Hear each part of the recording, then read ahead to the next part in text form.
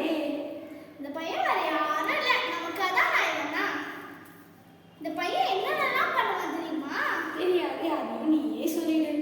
இந்த பையன் ஒழுங்கா பள்ளிக்கூடத்துக்கு போகவே மாட்டான். அவங்க அம்மா எவ்வளோ சொன்னாலும் அவன் கேட்கவும் மாட்டான். இந்த பாட்டிலாம் சொல்லுவாங்க பார்த்தீங்களா, புண்ணுக்கு மருந்து போட முடியும், ஆனால் புடிவரத்துக்கு மருந்து போட முடியுமா? அந்த மாதிரி அவங்க அம்மா சொன்னாங்க. கொஞ்ச நாள் பிறகு அவங்க அப்பா அந்த பையனை கூப்பிட்டாரு. அணை உடைஞ்சு போனா வெள்ளம் அழுதாலும் வராது. இப்போ நீ சரியா படிக்கலைன்னா வாழ்க்கையில முன்னேறவே முடியாது. ஒழுங்கா பள்ளிக்கூடம் போய் படிக்கிற வேலையை பாரு. படிக்கிறதெல்லாம் எனக்கு பிடிக்காது. போப்பா, பள்ளிக்கூடம் போகிற வேலையெல்லாம் எனக்கு ஒத்து வராது. விளைச்சலுக்கும் விளையாட்டுக்கும் என்ன பகன்ற மாதிரி இந்த பையன்கிட்ட போராடி தான் படிக்க வைக்கணும். எறும்பு உரக்கல் இந்த மாதிரி இவங்க கொஞ்சம் கொஞ்சமா மாற்றணும்னு நினைச்சாங்க அவங்க அப்பா. பொறுமையா அறிவுரை சொல்றாங்க, ஆனா பையன் கேட்கல. அப்பாவுக்கு கோபம் வருது. சத்தம் போடுறாரு. சத்தத்தை கேட்டு அம்மா வெளியே வராங்க. ராசா, உழைக்கிற மாடு தான் ஊருக்குள்ள வெளியே போகும். நீ படிக்கலைன்னா ஊர்ல யாரும் மதிக்க மாட்டாங்க. நீ பள்ளிக்கூடம் போய் நல்லா படிச்சுக்க. அடைமலை விட்டாலும் செடி மலை விடாதுங்கிற மாதிரி அப்பா விட்டாலும் அம்மா விட மாட்டாங்க போல இருக்குன்னு நினைச்ச பையன் பள்ளிக்கூடத்துக்கு போறான். அவனுக்கு படிக்க பிடிக்கல.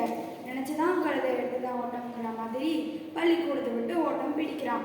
விளையாட யாராவது கடிப்பாங்களான்னு பார்க்கறான். அங்கே எறும்பு ஒன்று போய்கிட்டு இருக்கு. எறும்பு எறும்பு என் கூட விளையாட வரியா? போகு, உனக்குதான் வேலை இல்லை. கூடல் புழுவுக்கு அழுதாம், கொண்டை பூவுக்கு அழுதாம்.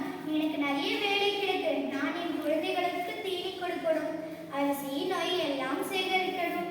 சொப்பனத்தில் கண்ட அரிசி சோத்துக்கு ஆகுமா? நான் கிளம்புகிறேன். நீ அதோ பார்க்குது அந்த தேனி கூட போய் விளையாடுவோம். தேனி தேனி, நீ என் கூட விளையாட வரியா? நல்ல பாம்பு படம் எடுக்கலாம், நாங்களாம் பூச்சி படம் எடுக்கலாமா? உனக்கு தான் வேலை இல்லை. 1000 களம் நெல்லுக்கு ஒரு அந்த பூச்சி போதும். உன்னை போல ஒரு ஆள் இருந்த போதும் மொத்த கூட்டமே கெட்டு போயிடும். எனக்கு தேன் எடுக்கிற வேலையெல்லாம் இருக்கு. ஓஹோ, உங்க கூட்டத்துல தான் 1000 தேனி இருக்கு. நீ ஒரு ஆள் இல்லைன்னா தேன் எடுக்கலன்னா என்ன குறைஞ்சா போயிடும்? ஆளுக்குனா பாம்பு சாகுமா? கையை தான் காரணம் போட முடியும். பூவெல்லாம் குறுகி மூடுறதுக்குள்ள நான் தேன் எடுக்க போகணும். போ. தேனியும் போயிடுது. பையனும் கொஞ்சம் தூரம் நடந்து போறா. ஒரு வீடு வாசல்ல புது மாடு ஒண்ணு நின்று இருக்கு. மாடே மாடே, சும்மா தானே இருக்கு, என் கூட விளையாட வரியா? என்னது, நான் சும்மா இருக்கேனா? காவடிப்புறம் சுமக்கிறவனுக்கு தான் தெரியும். இப்ப உனக்கு தான் வேலை இல்லை. இருப்பவனுக்கு புலி ஏப்பம், இல்லாதவனுக்கு பசி ஏப்பம். நான் என் முதலாளிக்கு உப்பு மூட்டை புளி மூட்டை எல்லாம் சுமக்கணும்.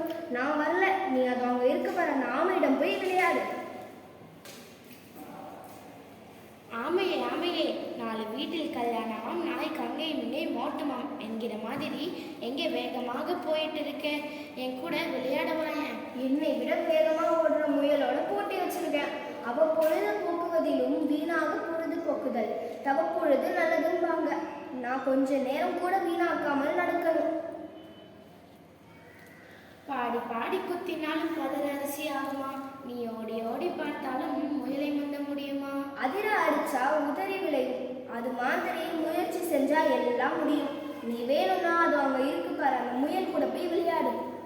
பையன் கொஞ்சம் தூரத்துல படுத்து இருக்க முயல் கிட்ட போறான். முயலே முயலே, குத்துக்கல்லுக்கு என்ன குளிரா? வெயிலாங்கிற மாதிரி கவலையே இல்லாமல் படுத்திருக்கிறாயே, வா விளையாடலாம். அகழில் விழுந்த முதலைக்கு அதுவே சொர்க்கம்னு சொல்ற மாதிரி நிழலில் படுத்து தூங்கினதால போன தடவை ஆமையிடம் தோத்து போயிட்டேன்.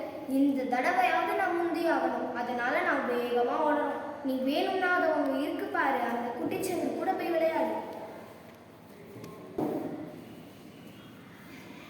அந்த பையன் கார்த்திகை மாசம் பெரிய கண்ட மாதிரி விளையாட ஆள் கிடைச்சது நினைச்சுக்கிட்டு இருந்தான். அந்த குட்டிச்சோறு மேல ஏறி ஏறி குதிச்சு விளையாடிட்டு இருந்தான்.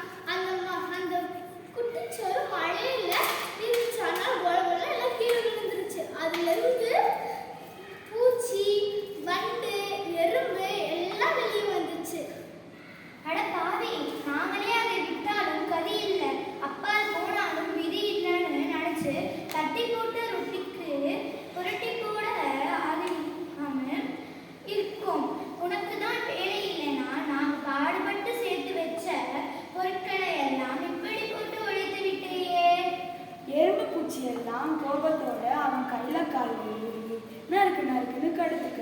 அலறுவான் பக்கத்துல இருந்தாலும் கேள்வன் பக்கத்துல இருக்கக்கூடாதுன்னு அந்த பையன் வலி பொறுக்க முடியாம கத்திக்கிட்டே ஓடுறான். அமாவாசை இருட்டுல பெருச்சாளுக்கு போன இடமெல்லாம் வலிக்குங்கிற மாதிரி காட்டிலும் மேட்டிலும் ஏறி விழுந்து வீட்டுக்கு ஓடி வந்து சேர்ந்தான்.